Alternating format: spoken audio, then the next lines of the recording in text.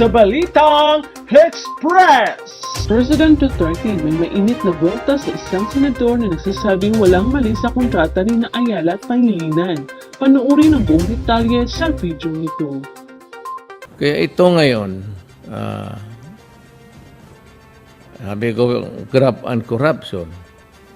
Sabi ko na sa inyo noon pa na ang korupsyon na sa itaas. Diyan, yung mga BIR, mga collector of course, mga konti lang yan. Sabi ko, sa taas, niluluto tax exemption ng donut, tax exemption ng reduce from 4 billion to 8 million. Pero wala, ginawa talaga. Ngayon, itong sabi ko, itong ibang naiwan, talagang magbabayad sila. Because you have been looking for where's the big fish? Saan yung hinahanap namin ng big fish? Oh, I'm giving you Ayala and Pangilinan. They are the big fishes. Tignan ninyo ang kontrata. May isang former senator nang sabi, wala man raw siya nakita na mali. You know, because he is an asshole. He just want to be fashionable on the other side. Kaya paano makorek natin yan? How can the Ayalas and the Pangilinan now compensate yung bill sa tubig? Tingnan mo, meron dyan enhancement. Ano yung enhancement? Water treatment facility. They were collecting that fee in 1957 until now. Until now, walang sige pa rin kolekta, wala pa rin yung water treatment. Not the clean, potable water that we envision when they enter the business. Tapos yung, kaya gusto kong malayo to eh. Kaya lang kailangan ko rin, I'm pressed for time. Because I have to produce water for you. Gusto ko lang malaman sito mga abogado ng Republic na ang kanilang corporate tax will be passed on to the consumer. Ang corporate income tax nila, ibibigay na sa consumers. Pagdating ng consumers naman, i-deduct doon yan kasi pang house, water bill. Adi wala rin ang gobyerno. At saka yung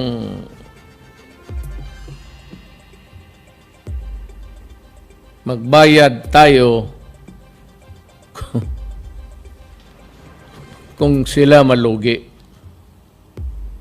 That is why nung una 3 billion, it was, the increase was suspended because the right to increase is solely given to them. Kanila yan, wala tayong pakialam. And in that act, pagbigay nila, we lost the sovereignty. Because in that contract, if you have a copy of that contract, it says, for purposes of interpreting this contract, water shall be a commodity. It's our natural resource. Hindi mo pwedeng i-commodity lang. Yan ang sabi ko na, yan ang masakit sa akin. Kaya paano ito arigluhin? You can, parang ano man kayo, you echo the sentiment. Paano ko ito arigluhin? How can I now proceed with a new contract acceptable to them with the entry of new businessmen? Okay yan. Paano yung ginawa ninyo? It is a contract with the infused with the entry of new businessmen. It is the same contract that is really a copy of the anti-graft law. Kung ano yung nasa anti-graft law, nandyan sa tayo na ang magbayad kung malugi sila if we do not act. Itong regulator, if he will not act to give the approval of the increase sa rates, we pay for the so many months that they don't earn. So, how much? We paid 3 million. Sa panahon ko dumating, ayaw ko siguro pinutol kasi taxes, but not me. Pinutol yung piniligilan yung rates. Pataas. So, I was billed 7 billion for the lost civil bill. Saan ka nakakita ng ganitong negosyo na ito? Kaya sabi ko nung nakita ko, sinabi ni Secretary sa Finance, we owe them 7 billion. Sabi ko, saan bullshit? Sabihin mo sa kanila, hindi ako babayad. Ikukulong ko pa sila. Totoo, ikukulong ko talaga. Lahat violation ng contract. But I have to include the government lawyer who did that. Now, kung sino yung nagturo sa mga abogado sa gobyerno, kasi ngayon, yung maliliit na lang nagsabi na, na-retired naman kami, gano'n. But sino nagplano niyan? Ang nagplano niyan, mga abogado. Ang nagplano niyan, malaking opisina na law firm. They are the only ones who could do that. Government lawyers would never attempt even to. And ang gusto ko lang malaman, bakit ginawa ito ng mga putang ina. That is why until now, I do not want to face them. Baka masampal ko talaga sila. Hindi ako matapang, pero pilitin ko lang sarili ko magtapang-tapangan sa ginawa mo. Binaboy mo ang bayan ko.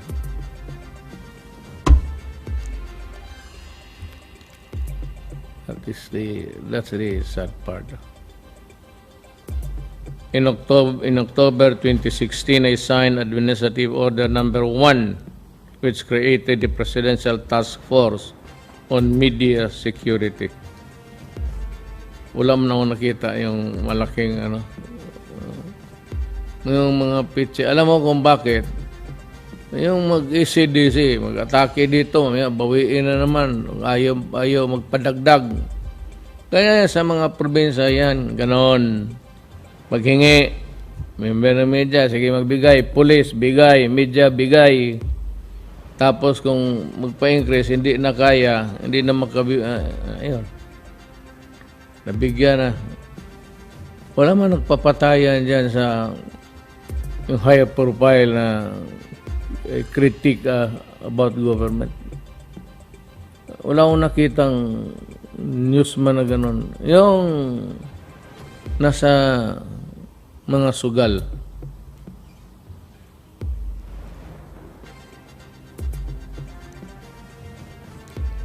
It is worth noting that in December last year, the Quezon City Regional Trial Court Branch 221, after 10 years, promulgated the decision of the Maguindanao massacre, where 32 media workers were killed.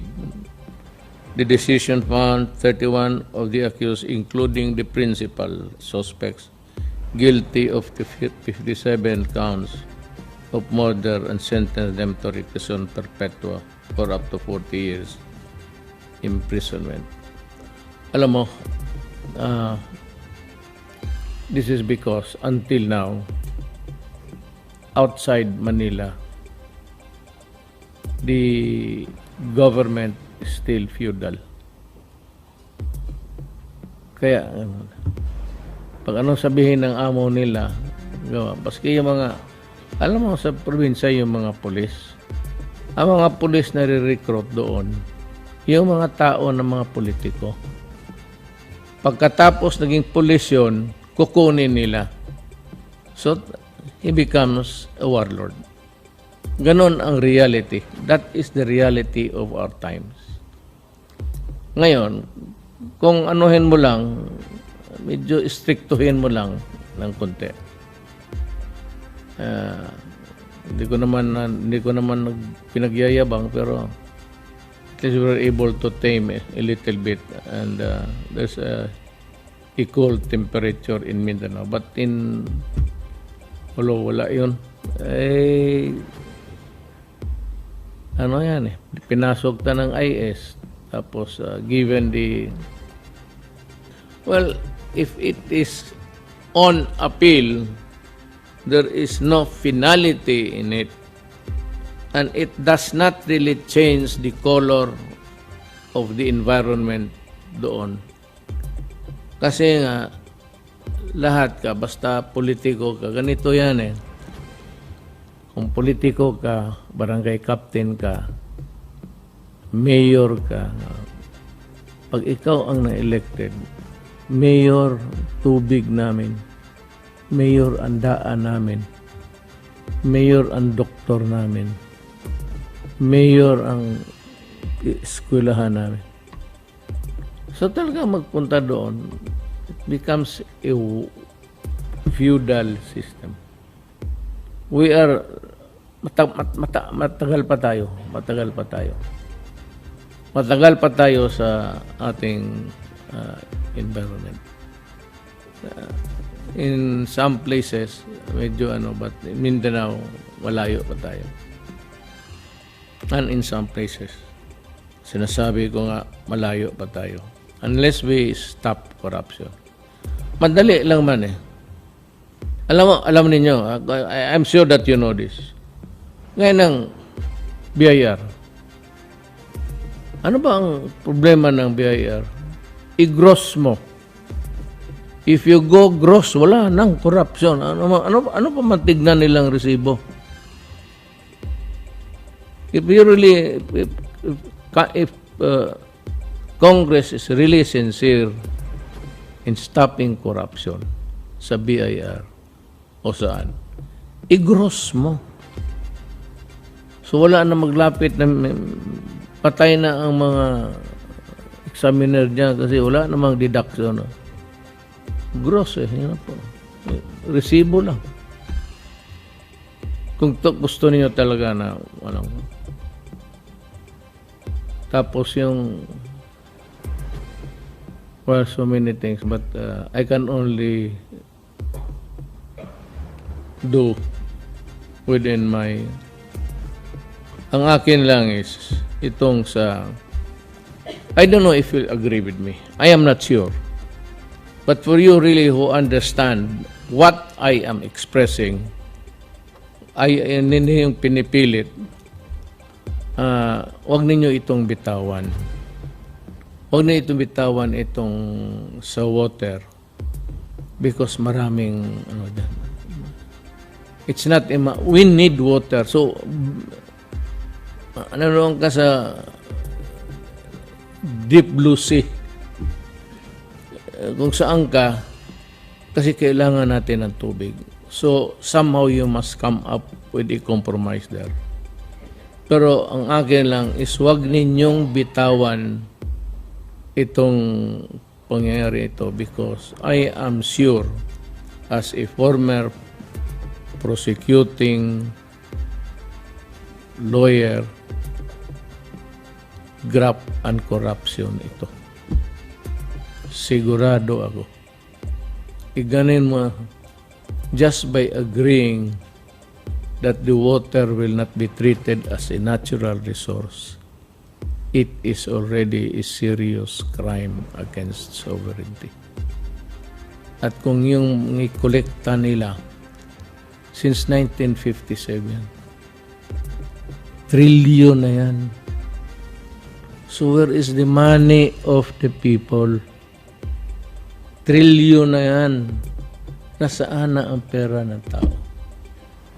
Of course, may bagong mga negosyante. They will infuse, I do not know for what reason. Well, I am ready, not me, but yung economic managers ko na lang. I refuse to talk to them. Pero if I do not make it to the finish line, kindly remember my words. Huwag ninyong bitawan ito kasi dugo ito ng Pilipino. At yan ang ating balita. Maraming salamat sa inyong pagsubaybay. Ito ang Balitang Express.